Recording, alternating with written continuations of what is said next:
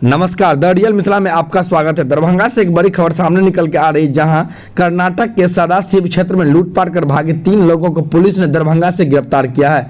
Karnataka police ने विश्वविद्यालय थाना पुलिस के सहयोग से इन लोगों को गिरफ्तार किया है। सभी गिरफ्तार अभियुक्त सकतपुर थाना क्षेत्र के उजान गाँव के रहने वाले बताया जाता है, जिनका नाम अजीत मुखिया, श्रवण मुखिया और राजा मुखिया है। पुलिस ने इन तीनों की गिरफ्तारी दिल्ली मोड़ के बस स्टैंड के पास से की है। बताया जाता है कि इन तीनों ने कर्नाटक में 2 जुलाई को ही कर्नाटक से सोना, चांदी और जेवरात की चोरी कर भागे थे, जिसकी तलाश कर्नाटक पुलिस को कई दिनों से थी। वहीं कॉल ट्रेस के आधार पर पुलिस ने इन तीनों के दरभंगा से गिरफ्तार किया, अपने साथ ले गया है।